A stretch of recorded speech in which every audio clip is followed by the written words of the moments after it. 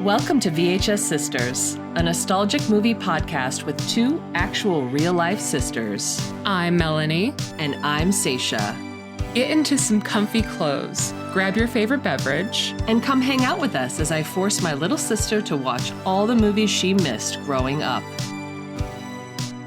You know, I have one thing to say. And what's that? Just when I thought it was out, you pull me back in.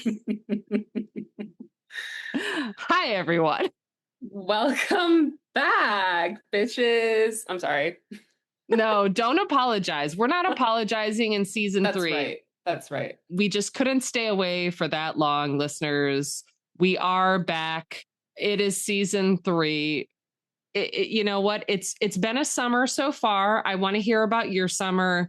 It's been really exciting and nerve-wracking and all in one. June, I think, was possibly very peak summer. Maybe the most peak summer in a long, long time, especially for you in New York being so busy with everything going on. It's true. We really did have an excellent June here in New York City in the year of our Lord, 2026. And then, you know what? About halfway through summer, it just took a real turn. July, everything that happened in July so far has been so ass that I'm contemplating. I'm August, it can only get better from here. Okay. We can't hit rock bottom anymore, especially in Michigan, where I'm at. We've been getting hit with a lot of air quality issues with this fire. We've had just overall just bad weather. And after the 4th of July, it's just been kind of bad vibes. So we were just, sitting in our respective apartments, many thousands of miles away from each other. And we're like, you know what? Let's start talking about movies again, because the only thing that can cure this midsummer ennui is going to be talking about movies. And today, speaking of apocalyptic weather, we're gonna kick off season 3 with one of my all-time favorite movies. I'm sorry. We're not apologizing. Oh, that's right. It's true. You know what? We got to keep each other honest. We have to lift up girls helping girls. Mm-hmm. Sisters helping sisters. Hi, welcome to VHS Sisters. Did we say that? I don't know, but you know what? We might as well say it. Welcome back, guys. Welcome if you're new. I'm Melanie. I'm Saysha. And we're here to chat about all kinds of crazy movies. And like you said, today being one of your most favorite movies of all time by David Lynch, though he apparently denies it. He denies it. And here's some fun behind the scenes trivia for you listeners. Melanie has never seen a single David Lynch movie up until yesterday. Yeah. This was the first David Lynch movie I had her watch. Those of you who know me personally and peripherally, I am a huge David Lynch fan. He, R.I.P., of course. And we were discussing possibly covering many David Lynch movies on the pod. I don't know if after showing Melanie this one first, is she intrigued? I will say, for a movie that was made to be a blockbuster Hollywood film that was a famous flop, there is a lot of a huge flop. We're going to get into it. There are a lot of extremely weird things in it that make it David Lynchy. I mean, real quick before we get into the movie, do you know anything about David Lynch in general? I just know he's a director. That's about it. Great. Cool. You have clean slate. Starting strong. Yeah. Yeah. He's, we don't have to get too into it, but yeah, he is considered sort of an auteur director, very weird, very specific point of view. All of his movies, the short description is they're all weird. And, and he made one of the most famous and beloved TV series of all time, Twin Peaks, which is, it's kind of like the show that I think changed TV forever. And they just put stuff on network TV that was just this is insane. My idea for one of our other side podcasts is to have Melanie watch all of Twin Peaks. And we discuss every episode. I don't know who that's for. Maybe it's just for me. That's fine. So, I'm okay with that. So also, just so people know, you've never read the book Dune or any of its 6 sequels. There are also many prequels. Like, you don't know anything about this story. So I've attempted to watch it once with you. I think you had it, like, you're like, oh, we're going to put Dune on or whatever. And that sounds like something I would say. Yeah. I could never make it past the part where it's like the goth kids bring in that like butthole alien looking guy. And like, once it's that, I'm like, I can't watch this movie. I am so disturbed by this creature. I don't want to know what happens next. Like, it was just something that like we would always try to put it on and turn it off within like 10 minutes. And I think that reason alone is probably because there's just so much information in the first 10 minutes. And like you said, for Ryan, your husband, my brother-in-law, sure, you're like, this is like Ambien for him, because it's just like a lot of this, a lot of chatting, you know, a lot of, like I said, just information that like doesn't make sense right now. So it's just hard to like suck you in. Oh yeah, the lore, the fact that you said it's when the goth kids bring in the butthole monster, which is literally in Lynch's Dune, the first 5 minutes. Yeah. And I was convinced, you know, much like you were similarly turned off of Dark Crystal because of the creepy puppets in the first 5 minutes. I'm like, not make it through. I was like, oh, they just make me sick, you know.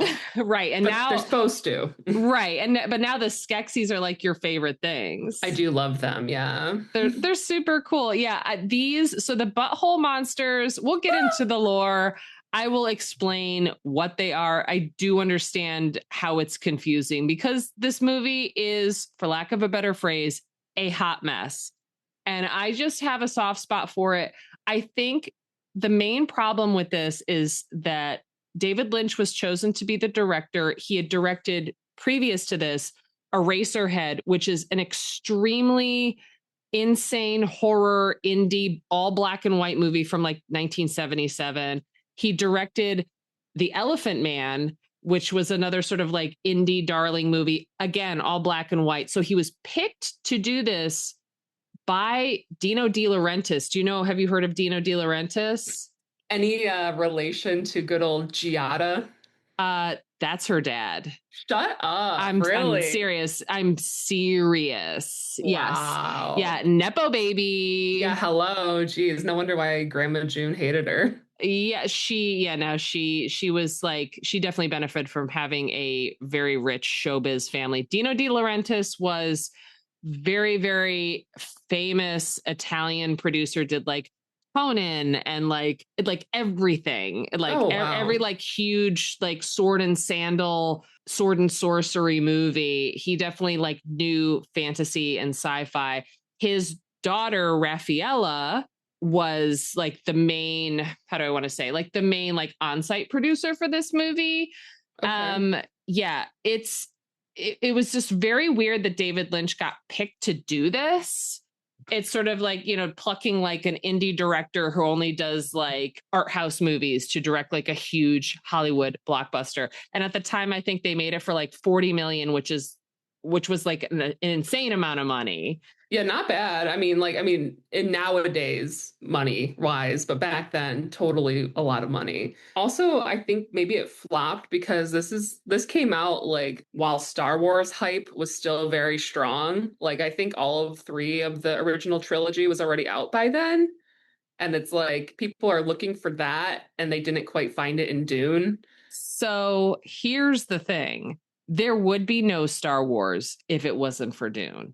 Well, the book, yes. Yeah, Dune came first. And Dune the book came first. And it was in like pre-production hell for like 10, 15 years before. Like they were basically trying to get it made into a movie since it was like published. Wow. And so okay. I think at one point, like George Lucas wanted to do it, but like couldn't get the rights to it. So when Dino did, oh, by the way, I'm correcting myself. Giada is his granddaughter, not his daughter. I spoke too soon, but I think, whatever. Raffaella is his daughter. She was the one who worked on this movie a ton. And they got the rights. Alexander Jodorowsky, do you know who that is? Another like crazy indie director, like tried to get rights to it. There's a really famous documentary called Jodorowsky's Dune, which he explains like it would have been like a 15-hour movie. And I mean, the book is massive though, right? And there's many of them. I'm holding it up right now. Yeah, it's like 1,000 pages. Frank Herbert, the author of Dune, wrote six books before he died, and then like other people took over and wrote prequels. Like the whole thing is so dense. So I think, not to get too much into like the backstory, but Dune really suffers, the Lynch's Dune really suffers due to the fact that they try to do it all in one movie, and you cannot. It's like what Denis Villeneuve is doing that right now, which he made a trilogy. That's what you have to do. It is like Star Wars in the sense like which I think you can tell in the last 40 minutes of this movie. They're like, okay, and then Paul met his girlfriend and now they're in love, and then this happened, and then this, and they just kind of rushed it. I even wrote a note. I'm like, wow, this movie's just speeding all the way up. I'm like, I can see why they have 3 parts with Timothée. Yeah, no, the Timothée is, I think like after, this is all said and done, you should watch the Timothée versions. They're way more realistic. Well, I've actually attempted to watch the first one a couple years ago. I think when it first came out, like on HBO or something. I watched, I think, the majority of it, and I wasn't quite understanding what was happening. So I just was like, this movie sucks. I don't get it. Yeah, I had never seen, obviously, the 1985 version, which crams the entire plot into it. So, like, knowing what I know now, maybe I would give it another shot. I think, because in the Villeneuve version, and this podcast is not meant to be like a comparison between the two, but I think that they just assume you've read the book and maybe watched the other version. There was also like a TV miniseries of Dune that I think was like kind of good, way more low budget, but like they don't spoon feed it to you. They're just going for vibes. And it's way more grounded. Whereas the Lynch version is like, you can tell that Lynch did not have final cut of this movie. Like he directed it and then it just kind of they just took it. And I know this for a fact that Lynch wanted it to be 3 hours and they cut it down to like 2:16. Hence all of like the explanation of the plot, because they explain it in the beginning. The Virginia Madsen character who plays Princess Irulan, which was like put in after. That whole talking head in the beginning was not in there. She explains the plot. They explain it in narration, like she's narrating. I think Paul says it. The characters say things to each other like, by the way, do you know the Emperor is going to betray the Atreides? Yes, because he's afraid that they're coming into too much power. So it's very like, they explain it like again and again. Is that why they do like this weird like mind speak or like reading their inner dialogue or something like that? Like that part kind of, maybe that's like a Lynchian thing. I don't know, Good use of the word Lynchian, by the way. Wow, I'm so proud. I'm a linguist. So yeah, I think a lot of like, are you talking about how like when you can hear everybody's thoughts? Yes. I think all of that inner monologue stuff is stuff that they popped in later because they had to rush the movie so much that it just didn't make sense. And so you'll hear things like, Jessica, Paul's mom is like, I hope my son is okay or whatever, Like, okay, like, all right. I'm assuming you would. People looking at Paul, they're like, could he be the one? Everyone. Could he be the one? Yeah. Like no one has any secrets in this movie. We just know what everyone's thinking. Well, at first too, I thought like maybe they were communicating with each other, like telekinesis style or whatever. I mean, yeah. That's not telekinesis. What is it? Telepathy. Yeah. That's, that makes sense that you would make that assumption, because there's all this talk about spice and what the spice melange, which is like the whole that's the whole point of the movie, which is like everyone's on this drug. Like that's the thing too. Another critique of this is that Dune is just Star Wars for goths, or Star Wars for like people who like drugs. Oh, okay, yeah. It makes sense. It is. Well, Frank Herbert famously was inspired to create this whole concept of like spice used for like basic trading and space travel, because he experimented with psychedelic mushrooms. Hell yeah. In 1965. So it's very druggy. And like set in a future that's like, it's so futuristic that they have to like go back and use old style of combat, which I love. What, like the Minecraft combat or whatever that was, where it's like cubism, the shield fighting. I love that. Yeah, the shield fighting. It's like a combination of like old sort of like Shakespearean sword fighting, and also technology like robots and shields and stuff like that. I just think it's cool. That's all I'm gonna say. Yeah, the world is so dense, and I don't know. I feel like if you can make your way through, this is just like a sister reading sidebar right away. If you can struggle through all 3 Crescent City books by Sarah J. Maas, you could read one Dune, and you don't have to read the sequels because it gets even crazier and more psychedelic. But the first one is like, I feel like it's pretty solid, and you could totally do it. Go ahead.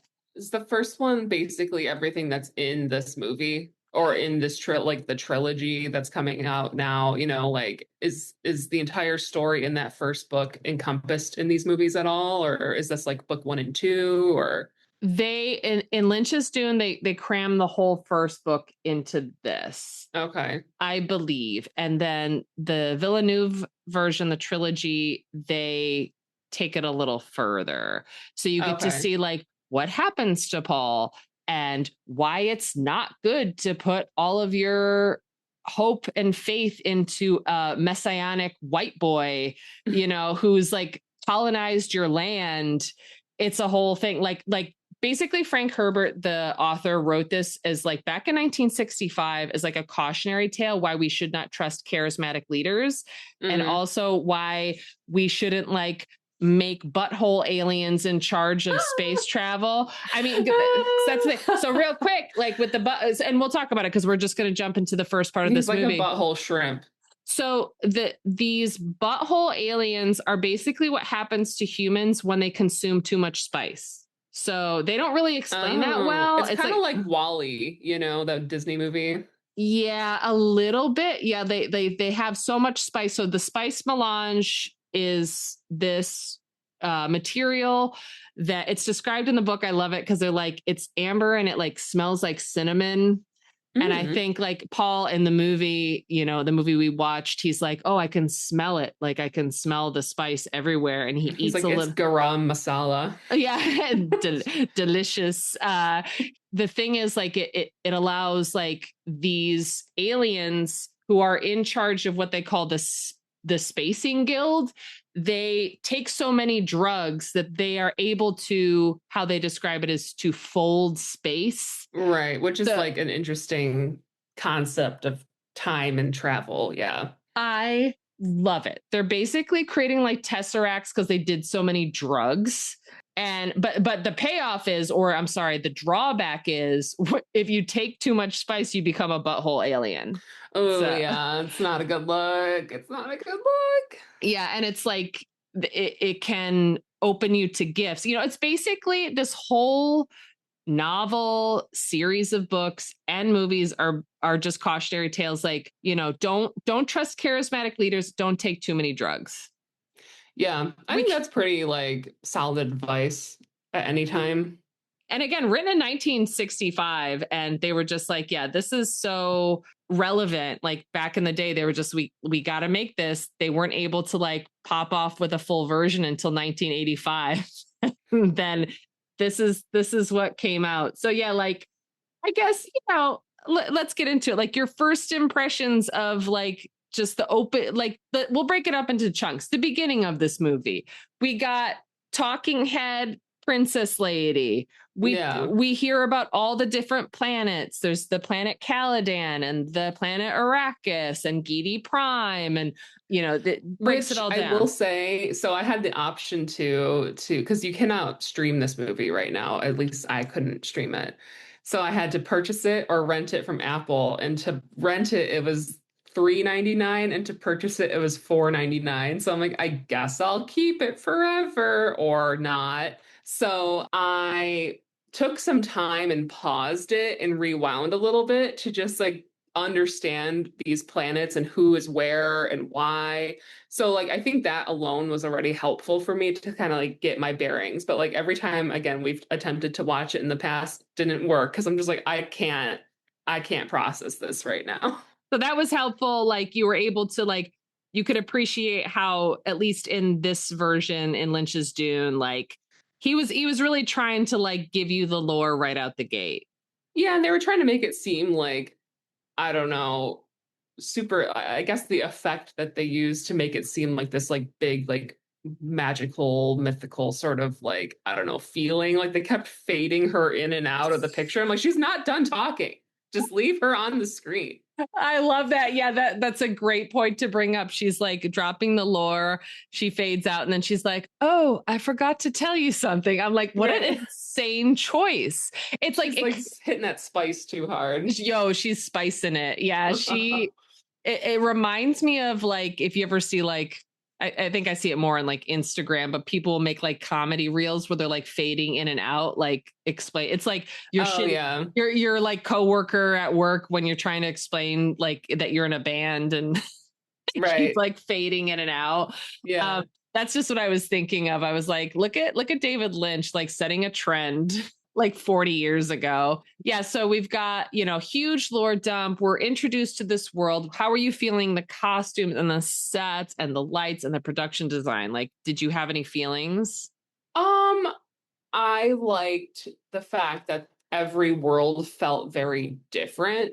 Where the emperor lives, obviously everything's very gilded. People are wearing these like period piece style outfits, and it's a little more glam, although like we only really see like the throne room. We don't get the full expanse of like the lay of the land, right? Whereas like Paul, his family seems like they're from this almost like maritime style, not like pirates per se, but like they just seem like a Royal Navy type of family because they're surrounded by ocean. And then the Hurricane. I love that you don't know how to say that. So it's in this version, it's Harkonnen. Harkonnen. Yeah. Harkonnen. In the Villeneuve version, I think they say Harkonnen, which bothers the shit out of me because I say, family Harkonnen, like Conan the Barbarian. Okay. The Harkonnen, they live in what I imagine is like the inside of a data center. Yes, 100%. And that's what happens when you live in a data center. Dude, they're fucking nuts. They're wild. I do not, kill, fuck, marry. They're getting killed for sure. Between the three houses or whatever. Yeah. Yeah, no, they're gross. Yeah, that we have like, I love that you caught on Caladan and, the Atreides family. It is very like piratey, but like Royal Navy-ish. And I live for their costumes. Everybody's like very Shakespearean looking and I love it. And the contrast with like the evil Harkonnen family, which are like basically what has happened, what happens like when you live in America in 2026. Exactly. Everyone's like obese and ginger. And they're like, oh, my sister will fill in for me now that I'm dead. Like, I don't think that's legal, bro, but okay. Why not? Sure. Yeah. The world building of it is so crazy. Everyone looks insane. I know that the actor that played the Baron Harkonnen, like the guy who floats around. Oh my God, yeah. His costume was so heavy they had to basically hang him up like on a hook, kind of like how they did with the Beetle guys in Dark Crystal. A similar costume. Right. But like, was that in the book or is that just a choice? Oh, that's in the book. Oh shit. Okay. Is it in the other Dune? Not that we're trying to compare, but I'm just curious. It is, and the way that it's done is very different. I would love, just sort of like maybe that's another Patreon idea. Like, can we do a little comparison after you've seen the newer version? Because it's similar, but the way that Denis Villeneuve does it, who was like a huge Dune fan prior to making the movies. I don't think David Lynch even read the book. Like, he was just vibing. Hell yeah. What they gave him. He didn't study. No, he didn't say. He just does his own thing. But like the newer version is very grounded, and like the interiors are very minimalist.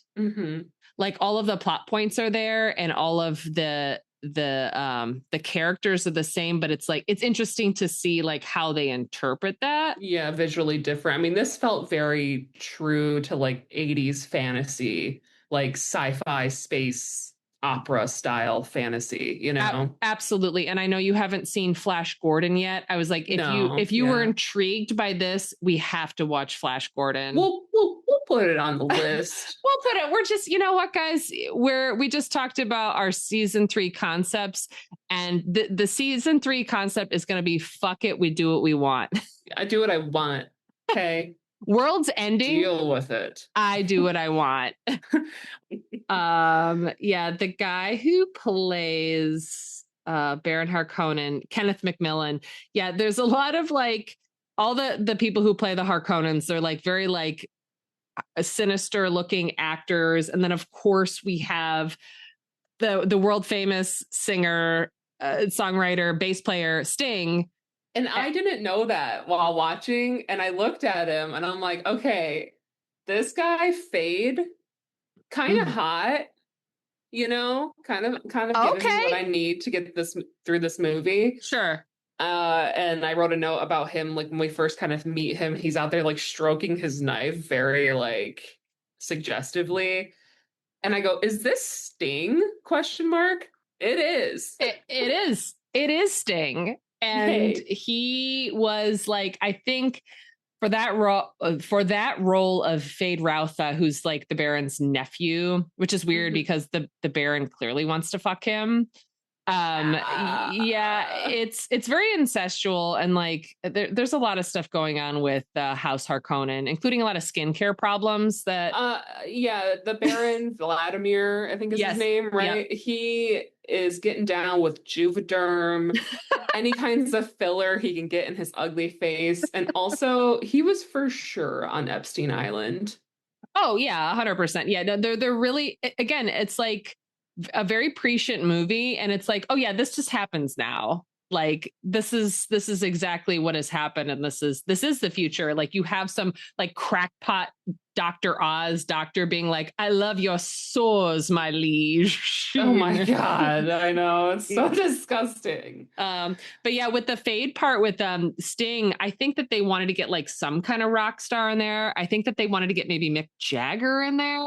Oh, interesting. And he just, he was the guy for the part. I think he looks good. I think, as you would say, body is tea. Yeah, body is tea. I would say, like, if I had to critique, which I can't, I really can't critique, but I can. Sure you I'd be can. like, he could do a couple more push-ups, get them pecs a little popping, but everything else on the body is like A+.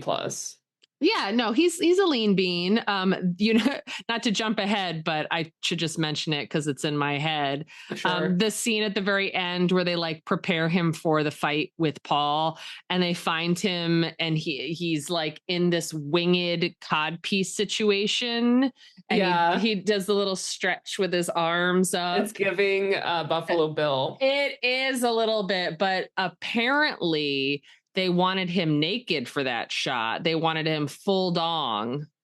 And you know what, they should have. David Lynch was like, let's get that dong out there. And, Dino De Laurentiis was like, no, we cannot have a dong in a movie.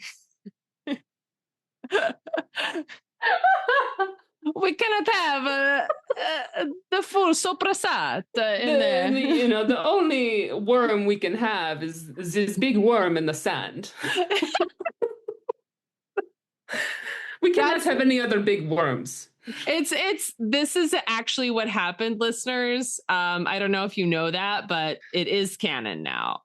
That is what it was. So, God. Yeah. So yeah, the Harkonnens are all crazy.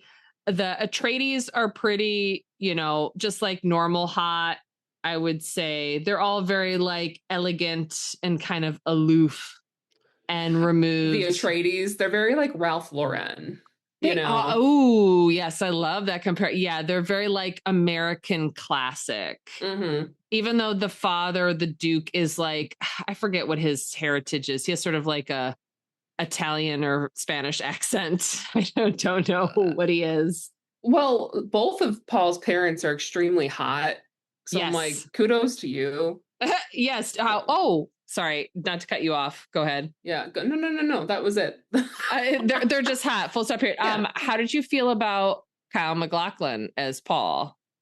I thought he did a good job. I mean, like, I don't feel any sort of way. I feel like, not to again bring it up, but from what I remember of the new version of Dune, is like the way Timothée is a little kind of like soft spoken too. I feel like that's just Paul's character.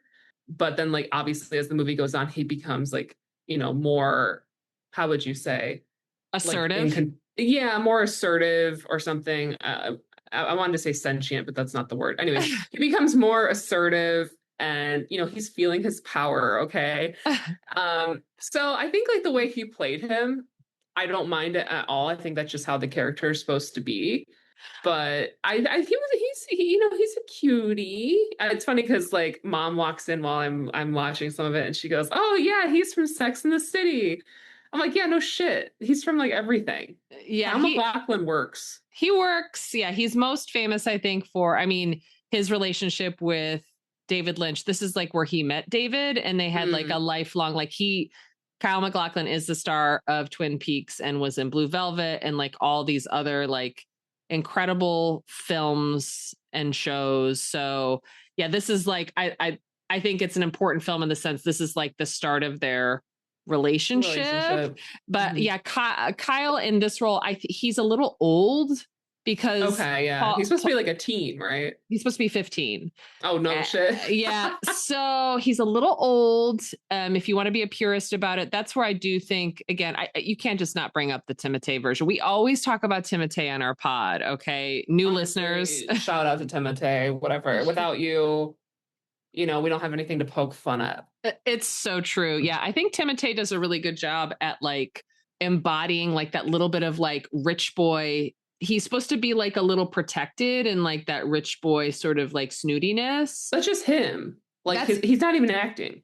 Right. And that's good casting too. Yeah. Kyle does look a little like aloof the whole time. You don't really like get everything you need from him, but he looks good. He gives you that white boy privilege. Yeah. And one of my favorite scenes of all time in cinema ever, we're just going to talk about it, is the box scene where the Bene Gesserit mother comes to see him. And it's controversial because just a little bit of lore, Jessica was supposed to bear a girl child because she is the part of the Bene Gesserit sisterhood, which is a cult.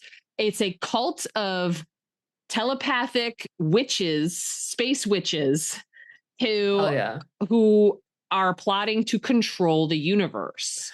Yeah. So it seems like every planet has one. Like there's one in Dune or Arrakis, technically.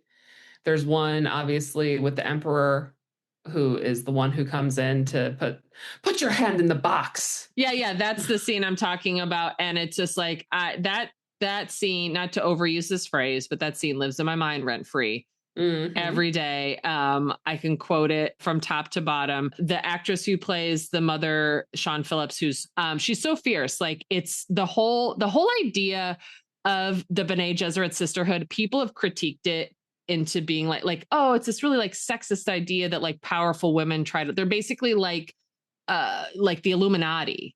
Right. And they're out here like trying to manipulate bloodlines so they can create something called the Kwisatz Haderach, which Ryan and I joke about all the time. We call it the Quiznos Shadrach.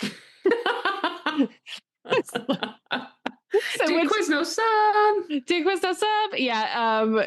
It's just funny because like, yeah, their whole MO is to create a super being.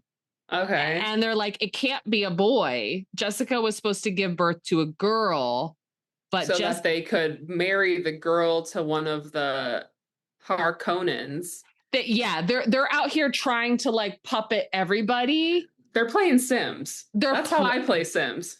They're playing Sims. And yeah, people were like, oh, this idea of like these powerful witchy women like trying to control everything. I'm like, no, that honestly, that gives me life. I love that. I have no problem with this. Yeah, the whole thing about like him sticking his hand in the box and like the very famous monologue, fear is the mind killer. I mean, this is like a super nerd thing. Like people get it tattooed on them when people say it. Like this whole idea of like you have to follow the fear in your life and you go towards it and you walk through it and you become a stronger person. I live. And just like she's so fierce in that scene too. 2 questions. Yes. Would you get a Dune tattoo? Yeah, I think I would. Absolutely. And I like in my mind, I just had a couple ideas. I would 100% get a worm tattoo. I would 100%. I live for those spice worms. Yeah, definitely like fear is the mind killer. I would get, anything. I would get I would get a tattoo of what's another cool like Dune tattoo idea. That's a great box. Oh my God. Yeah, the box. Get one of the pugs that was in the movie for about 30 seconds. I was gonna say my second question, because I want to touch on the pugs in a minute too. Sure. Yeah, is do we commit to the B'nai Gesserit style look and just shave both of our heads? I'm not joking. In deep COVID, when I shaved my head previous to COVID. Yeah. Just for like, to serve a look. But it looks great. Thank you. Yeah, I got really into it in COVID because I couldn't go get my hair cut. So I was like, fuck it, I'll just shave it. There was a period of time when I was like really in a Dune phase and I would walk out like with a mask and like a full headdress and I would just be like, like full on. I was like, yeah, now I'm just like an evil space witch from hell. And this is going to be my midlife journey. Yeah, I love it. I'm not mad at it at all. I love it. Yeah. No, I think that, again, people see them as sort of like a misogynistic read on women in power. I don't see that at all. And I know that there's like a whole series about them on HBO, which I have not watched yet. Oh, there's a whole I haven't even gotten into it yet, mostly because like, it's hard for me to watch TV shows. I'm currently rewatching Sopranos right now. So yes. That's kind of I'm like fully maybe after I'm done with my summer Italy arc. Yeah. I'll get into like the post-apocalyptic desert arc. Sure. Yeah. No new shows right now. We need comfort in this trying time. Yeah. But I have to say like something about desert content. That's why I always come back to this movie. It's like Lynch's Lawrence of Arabia, which I also love, which I also asked if you had ever seen. Yeah, bits and pieces, because it's a family favorite here. It's a family favorite, and also they're very similar in the sense that they're both sort of like white man's burden movies. It's like, oh, poor me, I'm the rich white guy coming to the desert to help all the brown people, and oh, so sad for me. Which we should acknowledge, but it's like that's also kind of like the point of both stories, that like it doesn't end well. Yeah. A spoiler alert for the rest of the Dune series. It does not go well. Oh boy. So where were we? Oh yeah, Bene Gesserit. Yeah. How were your feelings about our sisterhood in that scene? Oh, just in general, like their look and their vibe and what was they're going very on. cunty, it's like, as I was watching it, I realized that the mom, Jessica, which I'm assuming is like her chosen white girl name kind of thing, she grew her hair back, which was of either a very luscious wig or great hairstyling. So she's a witch technically, and they're kind of all over the place. But I did like them. Like I thought that, she looked very regal. I loved that style of like head dress and that real crispy, I don't know if it was a cap or not, but like great bald head energy. And yeah, I felt inspired. The box scene with Paul, though, felt very rated like M for melange. Yeah, absolutely. It was a little sensual, like it's like the popcorn bucket trick at the movie theater. You think that the how do I want to say? I have to remember her full name. The Reverend Mother. Reverend Mother. Yeah, I just want to say the mother.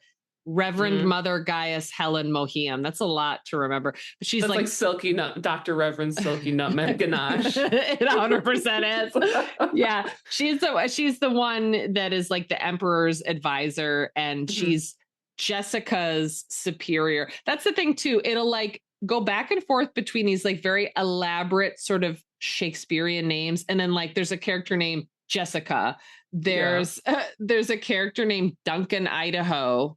Duncan Idaho is crazy. Is a very funny name, and that's like Paul's friend who ends up getting killed in the battle. But Lady Jessica is like, she's a bit of a rebel. And the thing is, she's not even married to Paul's dad. She's a concubine. Mm-hmm. And that's the whole thing, like, in the middle, like when, they're on Dune and Duke Leto's doing what he's got to do. He's like, oh, I should have married Jessica. I'm like, yeah, you should put a fucking ring on it. Okay. She's a baddie. What are you doing? She's a baddie. Yeah. You get a sense like in this world that like marriage is for political purposes only. Right. And it's very important. Like everything is about like buying and trading and peace negotiations. And yeah, it's all controlled again by the Bene Gesserit sisterhood. They want to make sure that like this Quiznos Shadrach gets made, who is going to be the one to like, who's going to be basically like a super being or like a Christ figure. And I just think it's interesting, especially with like what goes on politically today and how like we were supposed to have a separation of church and state. And that's very much not happening now. And people are just kind of trying to like manipulate everything. But yeah, no, the Reverend Mother is very impressed by Paul. She's like, oh, okay, he's got some gifts, he's strong, he can stick his hand in the box and not be scared by me. Stick his hand in my box. Hey, yo. And so she's like, it's cool, I'll let him live. And so they all get shipped off. They're all being sent to Dune to, do some sort of like peace negotiations with the Harkonnens. Well, they're like taking over their like job essentially, right? Like it's like a plot to be like, oh, well, actually, we're going to have the Atreides family come in here and deal with this because, they're not doing so well, but like it's supposed to be a trap to get them to like have this fight, this battle, if you will. Right. Like the Emperor is sending them to Dune under the guise of like taking over, but really it's a setup because no one likes how powerful the Atreides are. That's like the simplest way to explain it. Again, if like you get into the book, it's like, oh, it's very like all these layers of like factions and stuff like that. And you can really get into it. Yeah. So they're sent away from Caladan to Dune. You come to understand that they want to, the Harkonnens are on Dune because that is like the center of spice production, even though it's a real problem with all these worms. They're like, oh, we got to deal with all these worms, but we got to get the spice because this is really important.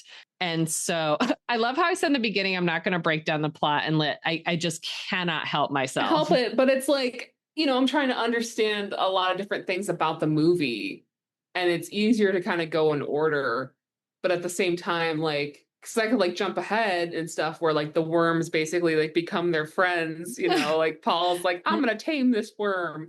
Yeehaw. Yeah. And then like my question is like, I know that they're there collecting the spice, right? Correct. But like you don't really see the production, like how they get it or like what it really is. Like I guess it's like that powder. But I'm like, in my mind, is it like, because at the end they're like, oh, the worms are the spice or something.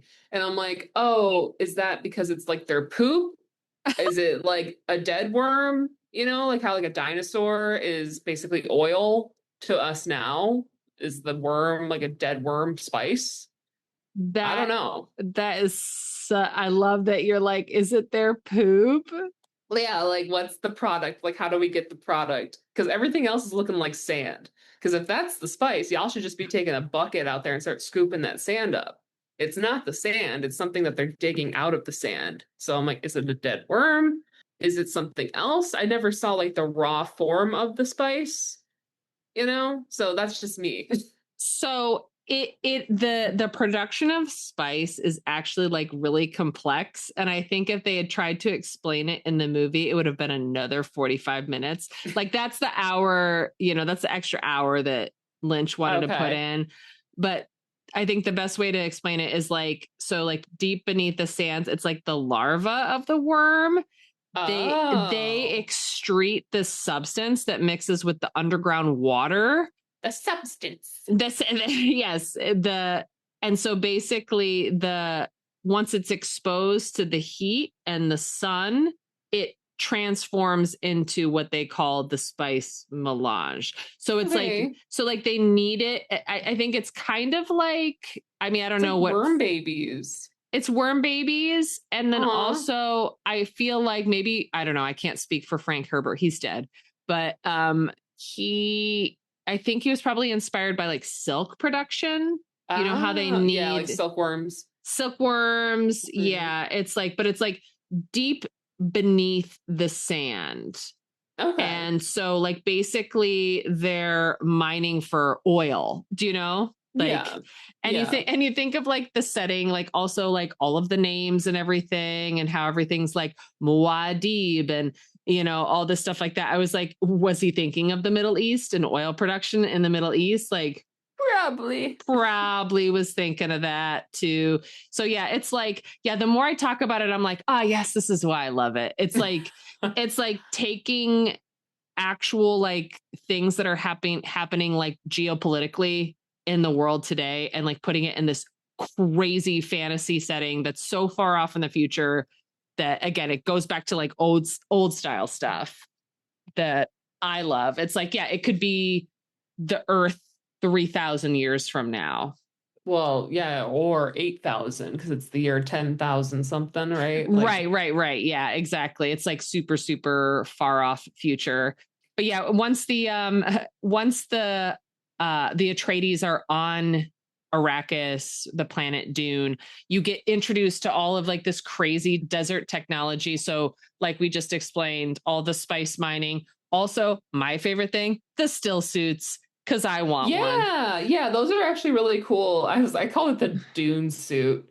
But I like that it's like it's ergonomic, it's fashion with purpose and science, you know? And I like that because it's like, let's repurpose our bodily waste. So I even talk about how you can poop in the suit and how you can pee in the suit. Like those are details I didn't know that I needed, but you know what? Now I know and I feel better for knowing it. Yeah, and it's all explained by Dr. Kynes, who's played by the legendary Scandinavian actor Max von Sydow, who like I mean, you can tell like he's been on Dune a while, even though he's not like a Fremen, he's not one of the indigenous people. He's got those like glowing blue eyes because that's like what the drugs do to you. Oh, which I like. okay. Yeah, that's why everybody has blue eyes. It's like the first step of like because it's just like in the atmosphere, like that worm goop is everywhere. Yeah, well, I'm wondering like, and maybe that's just an aesthetic choice, but like the Harkonnen and the Emperor don't really have those blue eyes. They don't, because they want like what, again, like the Fremen, the people who live there have, like they want all the stuff. But it's like, I think there's like a deeper lesson there. It's like the Fremen, you know, all the people who Paul eventually aligns with, it's like part of the land and they are them. And it's, do you know what I'm saying? Like in a very Native American kind of way. Yeah, but also I'm thinking too, like evolutionary, like science wise, it is, you know, when it is darker, longer, having lighter pigment, you can absorb more light. And these people are kind of living underground. So it's like having the lighter or like the blue eyes or whatever, maybe they can see better underground. That's my thought. Yeah, in the books, it's described. I mean, again, if this intrigues you, please read at least the first book because it's all explained. But in the book, they're known as the eyes are known as the eyes of Ibad. So again, like this very like I want to say like Middle Eastern inspired, Arabic inspired, but it's due to this lifelong heavy dietary exposure to the spice because the spice permeates the food and the water and the air, and they're constantly ingesting it. So the exposure permanently stains their sclera blue. That's like the whole thing. So it's like basically if you're a noble or like an off-worlder, you can consume the spice, but it won't turn your eyes blue. And also, this is another nerdy fun fact. People who are addicted to spice wear contact lenses so people don't see that they're addicts to it. Oh, interesting. Yeah, it's like, it's a pretty good fantasy sci-fi world building. Like he really thought of a lot of stuff, and like you can poke holes in world building like with any book, but I was just like, that's a cool idea, right? Just the idea of like having to adapt just because you're addicted to a substance. How can you hide your addiction in this world, you know? Right, because if people know, again, like this is like it is the most valuable substance in the universe. So yeah, next to water apparently, because water is life, right? Water is life. Yeah, they talk a lot about like everything on Dune is sort of like adapted to surviving the harshness of it. Which, you know, again, I want a still suit just because it's starting to look like Dune out there. I need the still suit, you know? Yeah. And they're like, you put the nose tube in and you can breathe through your mouth and it's fine. And you can just shit yourself every day. And it's all good, but it just runs right out of you. I have to imagine there's like a catheter in you. Wow. I do love, there's a moment there. I feel like I'm really nerding out on the details of this movie, but there's a moment when Dr. Kynes is like, he's meeting Paul for the first time and he's like, oh, somebody put you in the suit because the way you put it on is like desert style. And he's like, no, I just did this.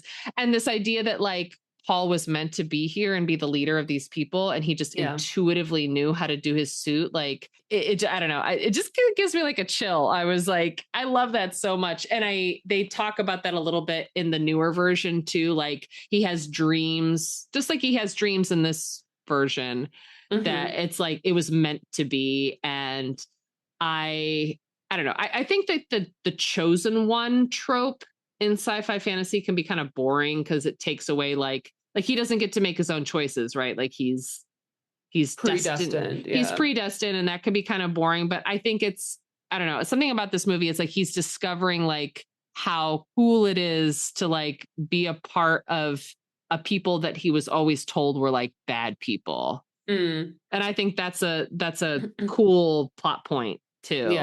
Yeah, so they're on Dune. They're just on it. They're on desert. It's dry. They're on it, baby. They're living for that desert and these worms. I know. I keep wanting to say like not the boar worms, but I know that's Flash Gordon. That's Flash Gordon, which you haven't seen yet. And we're going, you know what, listeners, if you want Melanie to watch Flash Gordon, write us a comment. Write us a comment, like and subscribe. Exactly. I have some questions. Sure. Just a couple things. I mean, like I always have questions, but two off the bat, which are kind of silly and totally off plot. But why pugs and bulldogs when they're in space and these dogs can't breathe anyways? You know, they bring a pug to Dune. It's like, don't bring the pug there. He can't breathe. He can't breathe. I think that I don't know what Lynch's whole idea was putting these dogs in the movie. However, I do know historically, like we know, because we are dog lovers, that pugs and bulldogs are always associated with nobility. Definitely pugs, especially in China. Bulldogs were used for like fights, you know, back when they weren't as mutated as they are now. They were kind of like a Roman dog. Yeah, they used to be a little bit beefier, like more like Staffordshire Terriers, you know, little huskier. I do think that, I mean, maybe David Lynch just liked dogs. Maybe they were just like, we just want dogs on set. I just want to pet a bulldog, so I'm going to put them in this movie.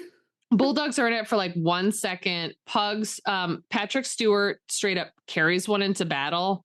Aww. At the end, he just carries it in his arms, and I'm like, that pug's going to die. The pug's dead already. That pug's dead already. He's just holding a dead pug in his arms. Yeah. Shout out Patrick Stewart as Gurney. Yeah. He looks the same even today. He literally, though, he's timeless. That's the benefit of being bald. Yeah, no, you are sort of like ageless in that sense. And yeah, it's funny because his character is supposed to be very warlike, and you just see that come across in his character. He's supposed to be sort of like a jacked, like noble warrior guy who also like teaches music. Like, I'm like, put me in that role. I'm ready to go. I'm ready to rock. Basically, I love Gurney. Josh Brolin plays him in the new version. He's very good. So funny. Yeah, it's like he's supposed to be like kind of like a rough and tough, like manly guy who is like one of Paul's. Yeah, basically, and he's like one of Paul's teachers. Oh yeah, speaking of all of Paul's teachers, yeah, we have it's Gurney, it's Thufir, who has the biggest eyebrows ever.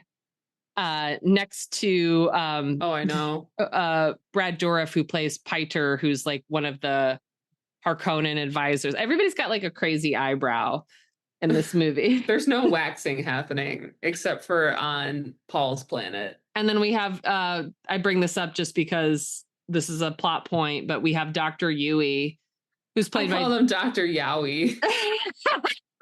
That's a different movie. Dr. Yaoi, hello. Dr. Yaoi is evil. I didn't expect it. He's evil. Well, he's like, he just like betrays the Atreides, which is funny to say. He betrayed them. And yeah, that sort of like kicks off the second part of the movie where it's like he betrays the family, they get double crossed, the Duke dies, killing Brad Dourif's character. Which is like with a poison tooth. It all happens so fast. I was like, no, Brad Dourif, I love you. You know Brad Dourif, the guy with the really funny eyebrows. You know who that is.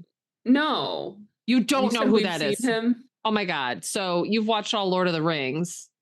So he plays Grima Wormtongue, who's the guy who, like, you know, in the second movie, he's like, your uncle is tired, go away. Like, he's the creepy guy who tries to like infiltrate. But in like which scene? Like, where is he? Oh, he's like a huge part of the movie. Never mind. I'm cutting this out. He's like Brad Dourif was in One Flew Over the Cuckoo's Nest. Brad Dourif was the voice of Chucky the doll from the Child's Play movies. We're going to have, you know what? My idea is we're going to have Brad Dourif month because damn, he's incredible. He's just like a fantastic character actor. He was in Exorcist 3. But yeah, I feel like I don't recognize him from Lord of the Rings. I obviously he's in costume, right? Okay, so okay, hold on. We're gonna do this right now. I do LOTR. LOTR. No. Let me send you this picture. We're gonna have the real life reaction on the show because you've watched all of the Lord of the Rings, I right? have, but I haven't watched them recently, so that's like on my list. Melanie. It's on my list. Melanie. The director's cuts. I haven't watched those yet.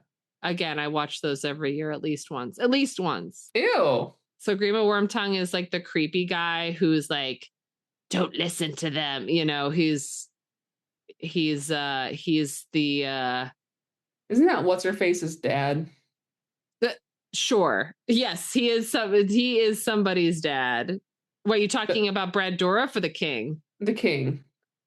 In the movie or in real life? In the movie. Yes. It's a girl, right? I can't get into this right now. we're already talking about the lore of one movie that is so dense. I cannot possibly begin to. Okay. Okay,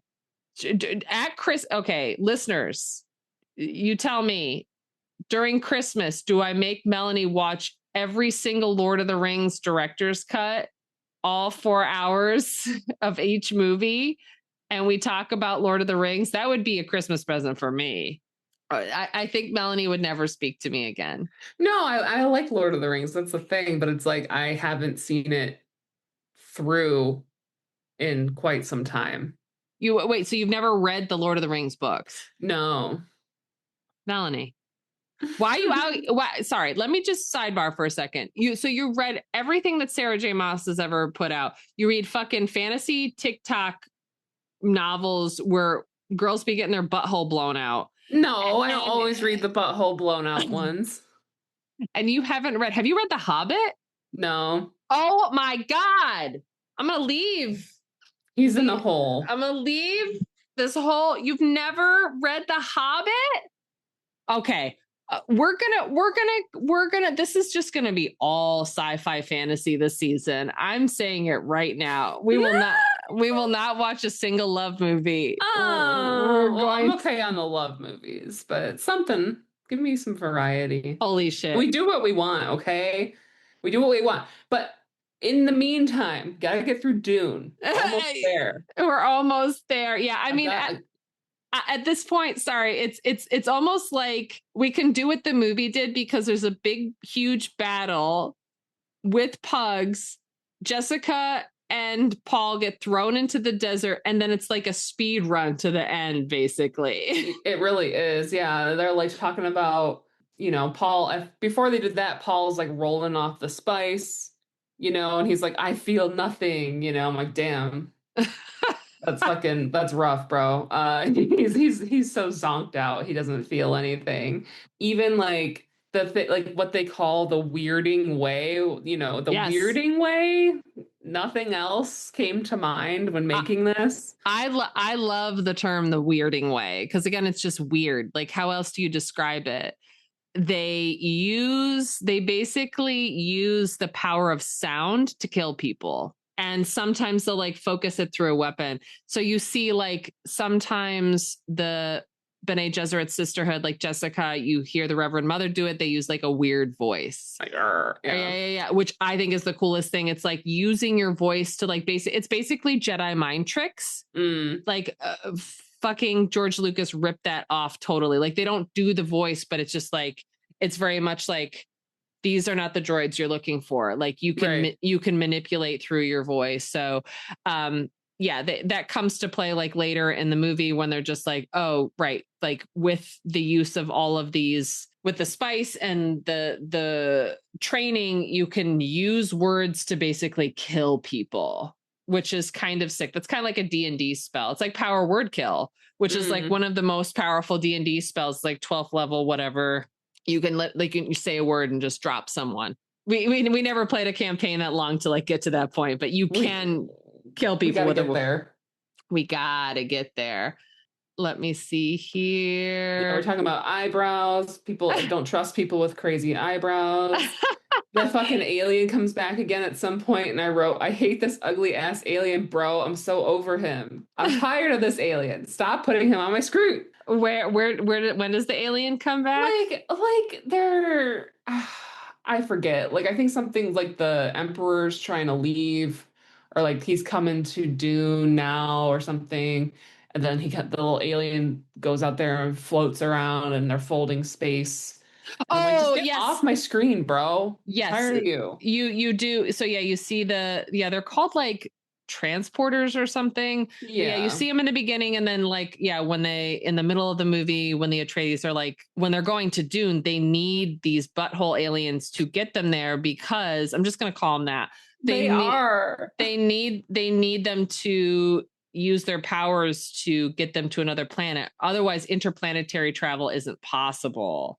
So yeah, like these butthole aliens basically like, they run a monopoly on the whole transpo system, which is crazy. Yeah. Like no one should do that. But yeah, it's like, towards the end, it is a little like rushed. Cause again, they're trying to like cram this 1,000-page novel into less than 2 hours. So like once the family is betrayed, the Harkonnens are like, haha, take Jessica, Paul to the desert. They end up like defeating the soldiers, by using the voice and, physical combat, whatever. They end up in the desert. They meet the Fremen, who are the indigenous people, and they're like instantly friends with them. Like, that's the thing too. Like, that's not what happens. Like Paul has to like basically earn their trust. And it's all so fast. It's like, oh, I meet the Fremen. Here's the leader of the Fremen, Stilgar, who's played by Everett McGill, who's also in Twin Peaks, like has been in like another movie that we're going to see this year. He's a great actor. Paul meets Chani, who's the girl from his dreams, who's like, tell me of your homeworld, Usul. I say Chani, like the astrology app. Yeah, Chani, is it? Chani, Chana masala. Yum. Delicious. The spice. Masala. Yeah, that again, it's all about delicious, spicy food. Yeah, it's pretty quick from that. It's like, he meets the girl who he dreamed about. They fall in love. And then it's like 4 years later. They're bucking. And it's 4 years later. And Paul has created an army. And you get to, and like basically towards the end, it's like battle scene, talking, battle scene, the end. Like that's it. But also, let's not forget, before the Duke died, he blew a load in his wife. And she was like, yes, I'm going to have a baby now. Like, I don't know. Like, they seemed like they were in love. So I'm surprised Paul didn't have any more siblings. But, you get this weird, like, fetus scene. And I thought the baby was dead. Turns out it's alive. She's alive. And she's fucking crazy. I know, yeah. That's his sister Alia. So that's the whole thing about Jessica. Like, she just can't have a baby willy-nilly. Because she's a part of the sisterhood, she's supposed to only, again, get married to who they tell her to, and only have a baby if it's going to be like bred and wed to something, so something that's going to make a difference in this universe. And so she basically like wills herself to have this baby, who becomes Paul's little sister, Alia. Yeah, who's a badass. Who's a fucking badass, who in the book and the movie is described as being born fully formed with thoughts like an adult, like a baby just popping out like, hi, how are you? I'm a baby and I know everything. She basically is born with like the knowledge of like everything. So she's like a super being, and she's played by Alicia Witt, who also is on Twin Peaks. Wow. And it's like, this is the thing about David Lynch. You can, whatever. He's loyal. You can form your own opinion of him. He is loyal. He's like a director like Christopher Guest or Robert Altman, where he like has a crew of actors and he's like, these are my people. I'm going to make a movie with all of them every single time. Very Adam Sandler coded. Yeah. That was similar, where he's just like, okay, these are my pals and I just like making a movie with them, and I don't have to like teach new people how to do things how I want them to be. Right. So yeah, Alicia Witt is like, it's funny because I always think of her as you, because we also have we also have like a huge age gap. Mm-hmm. And also like you were sort of born like fully formed. you're like, hey, what's up? I'm hungry. And one of my favorite scenes at the end is like when Alia is like explaining that Paul is like coming to his own. He's become like the prophet, the Messiah, whoever. And she's in the court.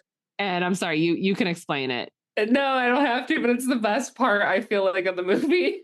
Get this child out of here. She's An like, abomination. Yeah, she's like, kill the child. kill the child. It's an abomination. And Ali is like, yes, but you haven't told the emperor what my brother is. And then the Reverend Mother's like, get out of my mind. And how can this be?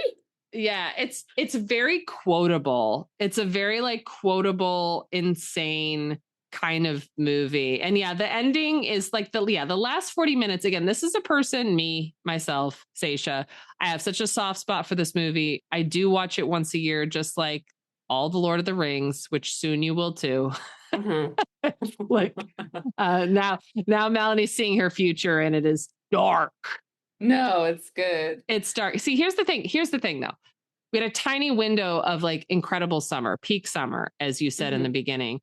And now we're slowly sliding back into the reality check of the fact that we live in the end of days.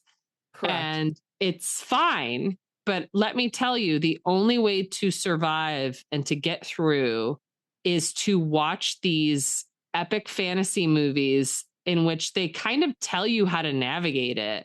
And they're all written by men who are, grew up in the first half of the century. They had to deal with world wars and see like the worst of people and like the post-industrialization and like all the actions in government that have brought us to the future. And you're just like, oh, they were telling the future and they're telling us how to live. And we're going to do it. We have to take more drugs. According to Dune, we have to take more drugs. We have to learn hand-to-hand combat. We need some still suits like right now. Yeah. I needed that shit like a week ago. Oh, you're going to need it again. Well, that's what I'm saying. I needed it and I continue to need it. Yeah, I do think we should get some kind of like body armor going. That'd be kind of fun, actually. Let's design armor. I think like, honestly, for Ren Fair this year, which is coming up soon, I usually do kind of like a easy breezy feminine design. I have done armor before, but I feel like if I could get some leathers, like some fighting leathers, how sick would that be though? Be pretty sick. I'm kind of ready. I think I'm fully ready to embrace like my warrior era. What did you think about the scene where the Baron Harkonnen got to suck the blood of the frightened twink? That's when I was like, oh, this man was fully on Epstein Island with Papa Alien from Mac and Me. I'm making a list of people from these movies who are on that island, and he is definitely at the top of the list. I just love that. That's like a classic example of like the weirdness of the movie. There's so much in like the Harkonnen world. You could see like David Lynch was comfortable. He's like, okay, we're going to have Baron Harkonnen floating around like the Goodyear blimp. Yeah, like he did that fizzy lifting drink from Willy Wonka. He did. And then there's like, just like random twinks running around with like a little heart port that you can like drink their blood.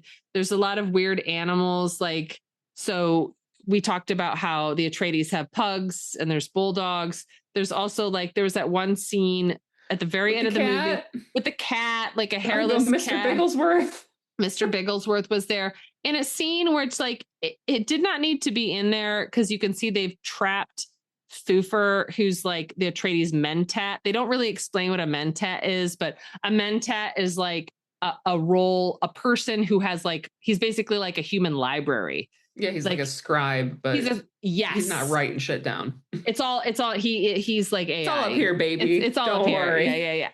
So there's that one scene and we never see him again, but they're like, basically like, we gave you poison. And if you want to live, you have to milk this cat every day of your life. I'm like, who said, like, I don't remember that from the book. Maybe it is. Listeners, chime in if that's in there, but I don't remember. I think that's just a weird Lynch thing that happened. Yeah. And you know what else is fucking weird is the line that creeps me out the most is like when Baron Harkonnen is stepping over Jessica and is like, just some spittle on your face. Like he wants to spit on her face and like just some spittle on your face. Like who wrote that?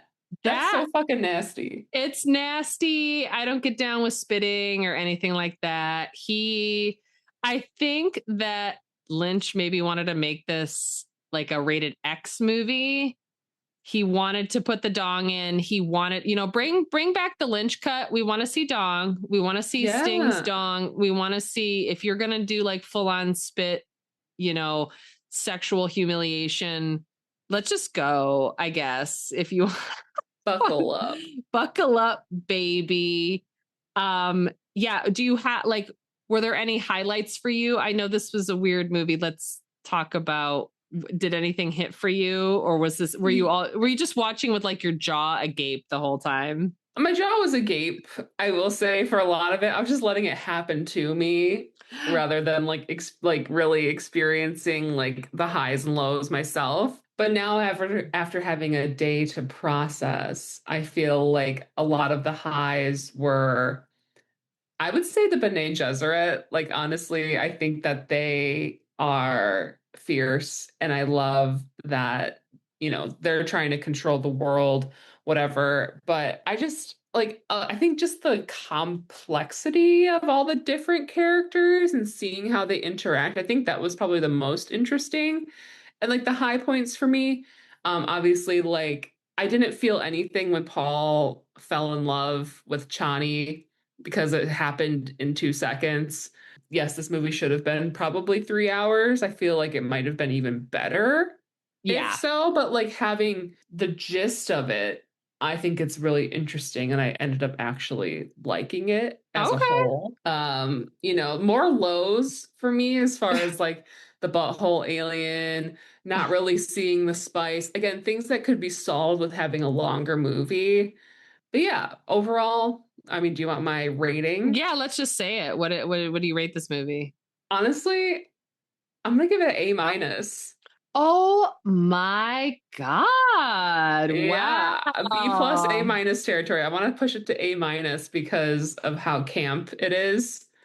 It is camp, and it's so funny because listeners, so yeah, we were discussing themes, and I felt bad that we left out June. We've taken a break for June and July, and I was like, oh, we're missing Pride. Mm-hmm. And you were like, well, is this movie Pride? And I answered you in sort of like a roundabout way. And I just want to say, what is more gay than riding a worm with your best friend? That's pretty gay. Like, that looks like an uncircumcised dick. Yeah, I mean, I think you are 100% correct in clocking like the campiness of it. It is over the top. It is crazy. I don't think this movie could be made like this anymore. Yeah. And I think, like I said, if you want to watch the Villeneuve version, it's way more grounded. It's like today, like it's made like in a very present sense, like, oh, this is happening now. Very minimalist. Everything is like bone white, and we're inside of like everything's like stucco and like scrubbed, and there are no colors. It's like a Montessori or something. It's very Montessori school. Yeah, like Timotei's wearing like ochre the whole time, and but there are a lot of like, it's cool. It's very cool. It's just like a different universe completely. Whereas like when I watched Lynch's Dune, I'm like, choices were made. Colorful choices, ugly choices, things that are just grotesque, like all the body horror stuff. The weirdness of it is just like, it's one of the weirdest movies you'll ever watch, and that's really why I wanted you to like start this season. I'm like, we're gonna as Frank and It's Always Sunny says, we don't got a lot of time left. We're gonna get real weird with this. Yeah. So that's how I feel. This is, season 3. We're gonna get experimental. Wow, you gave Dune an A-. I am thrilled. What would you give it? Obviously, I'm assuming a solid A. A solid A. And it's like, and I do know it probably should be a little lower. It is very, very biased, but this is like a comfort movie for me. Butthole alien and all. I put it on for vibes. I love the soundtrack too. Soundtrack famously made by Toto, the band. Toto, I go, how, like, when I saw that and you get the intro to Dune and it's like the sand blowing and everything, I go, how sick would it have been to have Africa playing over this? Yeah, they're like, yeah, it would have kind of ruined the world building, but yeah, you hear them in all the guitar-y things, like the triumphant battle scenes. I think the composer Brian Eno did one song, which is like the prophecy theme when Paul has all his dreams, all that like synthy stuff. Mm-hmm. So I do think like the soundtrack really adds to the vibes of it. In the new movie, it's like a typical like Hollywood Hans Zimmer kind of like score. So back to when we were, what our favorite thing to do is, which we're not necessarily going to do for this right now, but when you want to like recast people, one of my choices for Jareth, if they were to do a remake for Labyrinth, is to have Austin Butler. Now, Austin Butler is in Dune, right? The new version. Is he basically Sting? He is Sting. Ah. Yeah, he plays Fade Rautha, and he is one of the best things in the movie. Oh shit. Okay. He's incredible. And you just gotta watch it. You gotta see his version of it. Yeah, this excites me because I'm like, okay, now you know about the Dune universe. I do think that like this movie is a better intro to it as opposed to watching the Villeneuve version, because again, they stretch it out over 3. The third one hasn't even come out yet. So you've got such like a slow burn. Whereas this gives you like the Cliff Notes version, just with a lot of weird. It's like it's like you took acid and then you read the Cliff Notes. Right. And you're like, okay, I get it. Everyone's got blue eyes. It's crazy. We got these little hypodermic needles floating around trying to kill people. It's all good. Yeah, it's that thing too. It's like the more I talk about it, I'm like, oh, right. And then this weird thing happened. And then this weird, like you can't even fit it all into like, how weird it is. Yeah. And in like, I don't know how long we've been talking, an hour and a half podcast. Probably like 5 hours. We folded space. We did fold space. You know what? It's like we never stopped potting, honestly. I know. It feels good to be back. It feels good it does. It feels correct. Yeah. It feels correct. Oh, sorry. I'm just looking over my notes to make sure I don't forget anything before we cut and print this. Did you clock the David Lynch cameo? No. Okay, that's right, because you don't know who he is. So David Lynch has a cameo when they're first coming to Dune and they go to the spice harvesting plant. And is he the guy on the phone or something talking to them? He's like, hey, I got what? Yeah, we got a real big worm down here, because that's how he sounds. He's very. Oh shit! Okay. He's got a very distinct voice. Ryan does an incredible David Lynch impression, but he's got that kind of voice where it always sounds like he's a little deaf. Ryan is great at impressions. Honestly, this week we were like, because we were talking about like 5-year plan career in the time of the apocalypse.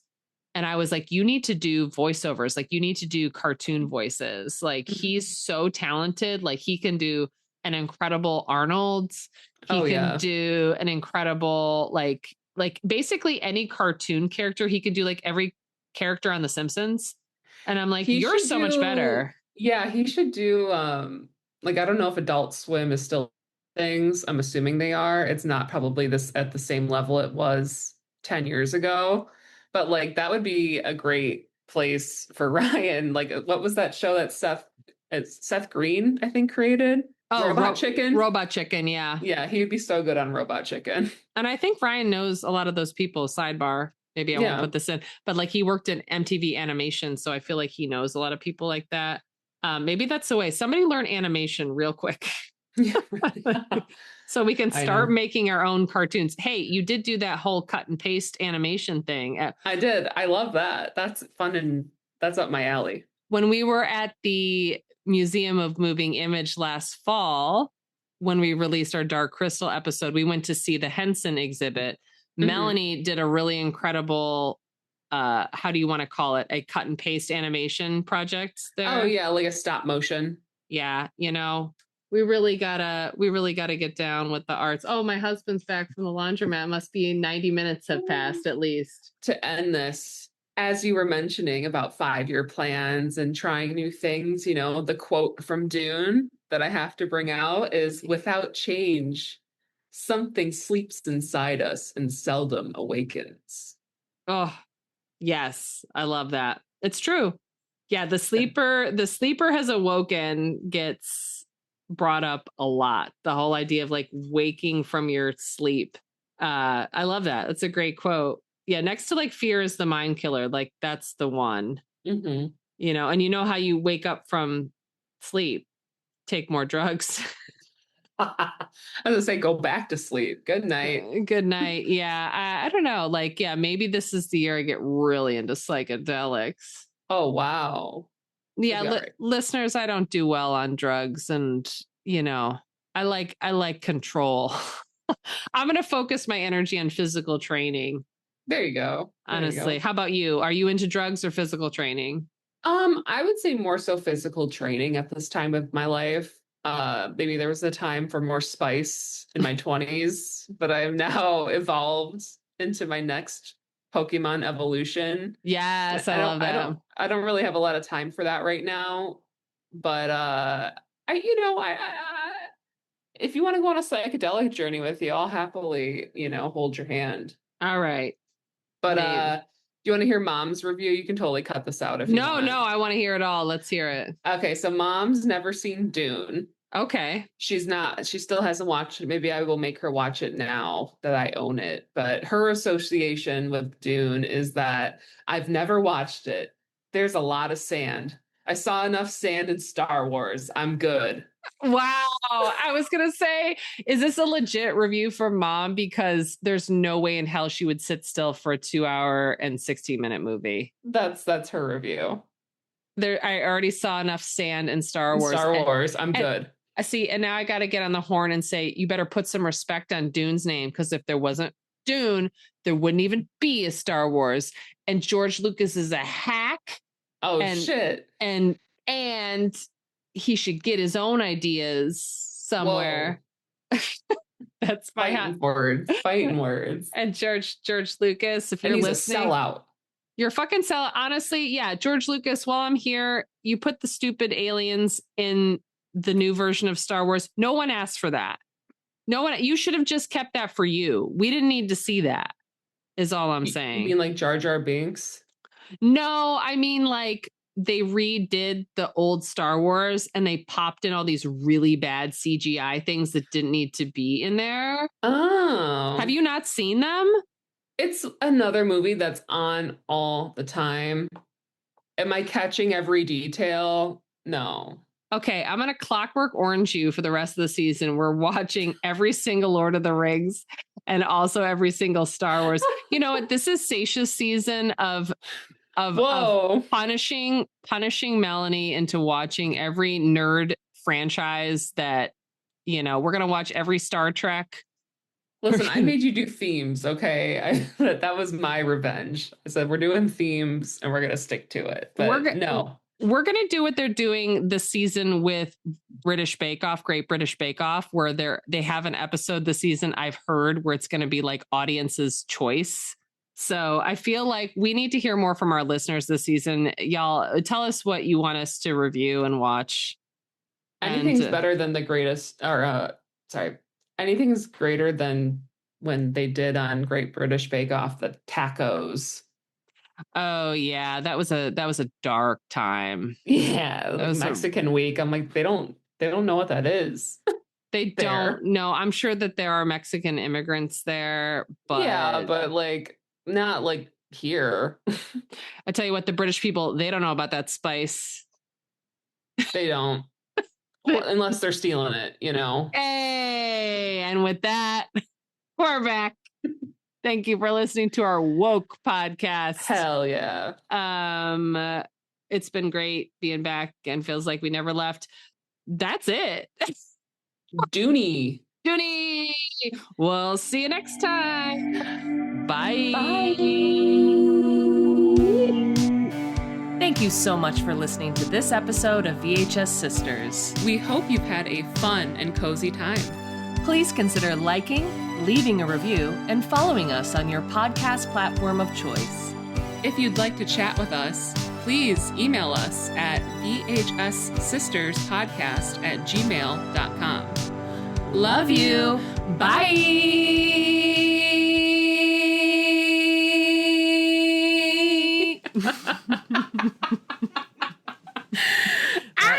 That's it.